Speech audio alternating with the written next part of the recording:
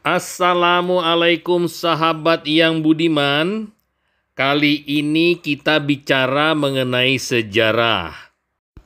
Saat ini kita akan menceritakan buku yang menarik berjudul Nusantara, A History of Indonesia, karangan Bernard H. M. Flekke. Kita sampai di bab 2, yaitu membahas kerajaan-kerajaan Jawa dan Sumatera. Bagian ketiga, yaitu penyerbuan Jawa ke Sumatera dan penyerbuan Sumatera ke Jawa. Tahun 992 Masehi, muncul unsur baru dalam catatan Cina. Duta-duta datang baik dari Jawa maupun Sriwijaya. Duta dari Sumatera yang telah meninggalkan kanton pada musim semi tahun itu tiba-tiba kembali lagi. Ketika tiba di pantai Champa atau Vietnam bagian selatan, dia diberitahu bahwa negerinya sedang diserbu oleh Jawa. Kalau kita bisa mengandaikan bahwa karakter Cina yang dibaca Copo memang berarti Jawa dan bukan suatu negeri lain, misalnya Malaya atau mungkin Jawa serta negeri lain. Basis filologis untuk rekonstruksi spekulatif kita akan politik internasional di Asia Tenggara memang agak lemah. Namun, biar bagaimanapun, duta yang kembali ke kanton meminta agar suatu perintah kekaisaran dikeluarkan untuk menyatakan bahwa Sriwijaya ada di bawah perlindungan kekaisaran itu. Duta Jawa memberikan kisah berbeda.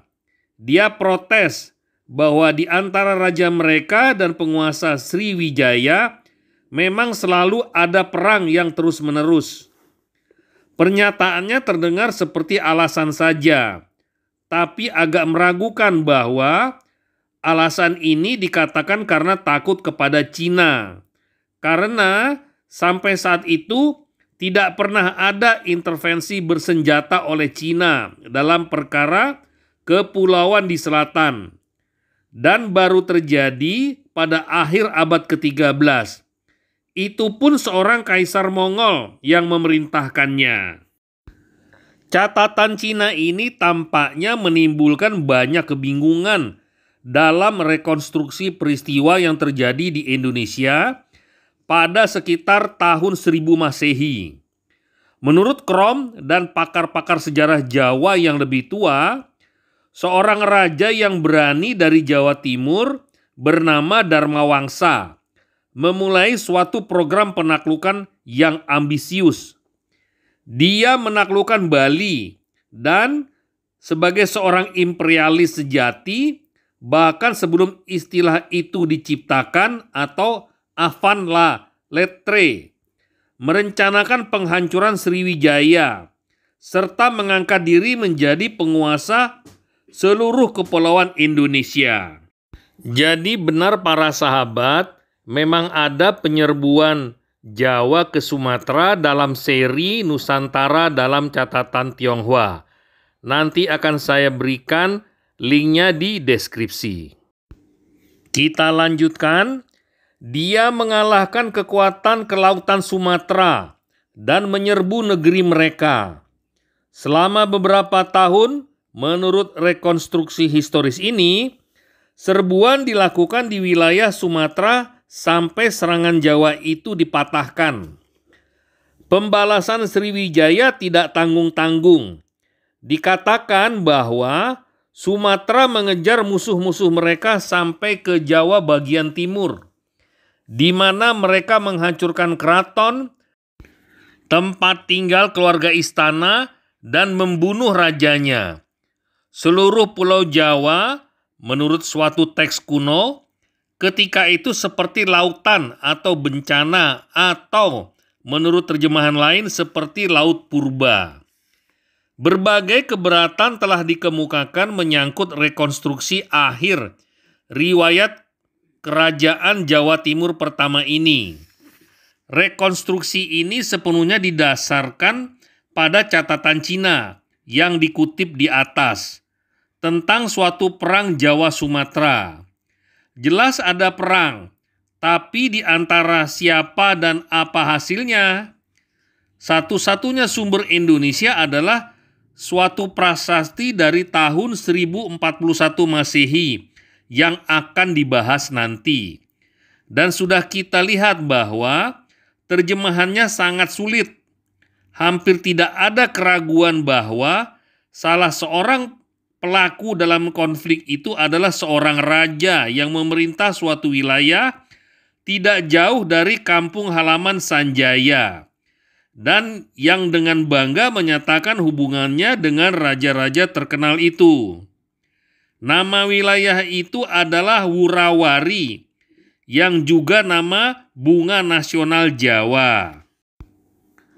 Penguasaan atas wilayah Wurawari tampaknya dianggap sangat penting oleh penguasa-penguasa Jawa di kemudian hari.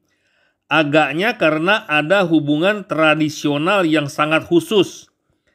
Kalau pada semua ini kita tambahkan adanya raja-raja yang menyandang gelar Girindra Wardana yang katanya berarti penerus Sailendra, yang disebut-sebut bahkan sampai abad ke-16, dapat kita simpulkan bahwa Mataram yang asli terus ada dalam bentuk tertentu. Konotasi itu memperkuat teori bahwa Raja Sindok memang adalah pendiri satu kerajaan baru dan beberapa dinasti yang lebih bersinar daripada kerajaan Jawa bagian tengah yang lebih tua. Perang Jawa-Sumatera dan bencana besar yang terjadi sekitar tahun 1000 Masehi mungkin ada hubungannya dengan persaingan antara kedua dinasti tersebut. Tentu saja, sedikit saja dari hal-hal ini yang dapat dibuktikan dengan pasti dari berbagai sumber. Dari sumber Cina kita tahu bahwa ada perang. Dan dari prasasti panjang yang ditinggalkan Raja Erlangga pada tahun 1041 Masehi, kita tahu ada guncangan politik pada umumnya di seluruh Jawa bagian tengah dan timur. Adapun mengenai Raja Dharma Vamka, siapakah dia? Kita bahkan tidak yakin orangnya memang ada. Teks-teks Sanskerta dan Jawa kuno sulit diterjemahkan, dan kata yang mula-mula dianggap menyebutkan seorang penguasa yang sebelumnya tidak dikenal mungkin saja ternyata hanyalah bagian dari gelar raja yang memerintahkan prasasti itu dibuat. Ini sangat membingungkan. Yang pasti kita ketahui ialah bahwa Jawa mengalami satu periode kekacauan di seputar pergantian abad, dan bahwa pada saat yang sama kerajaan Sriwijaya di Sumatera menjadi makmur. Sumber-sumber Tibet dan Nepal menunjang kepopuleran candi-candi suci Buddhis di Sumatera. Satu sumber Tibet menyebutkan bahwa Atisha, reformator besar Buddhisme di Tibet, pergi belajar selama 12 tahun, antara tahun 1011 Masehi sampai 1023 Masehi di ibu kota Sriwijaya di tepi Sungai Musi. Duta-duta Sriwijaya secara teratur mengunjungi kanton, tempat mereka meminta lonceng-lonceng untuk candi yang dibangun raja mereka di negeri mereka. Dan, kata mereka, di situ rakyat mereka berdoa agar Kaisar Cina diberi umur panjang.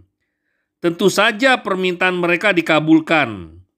Pada tahun 1005 Masehi, seorang Raja Sriwijaya menyuruh bangun sebuah candi di Negapatnam, di wilayah penguasa Chola yang kuat di India.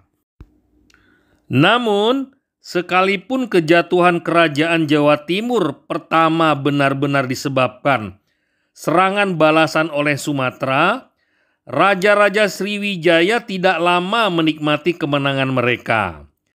Sampai di sini dulu sahabat. Video selanjutnya akan kita lihat kehancuran Sriwijaya.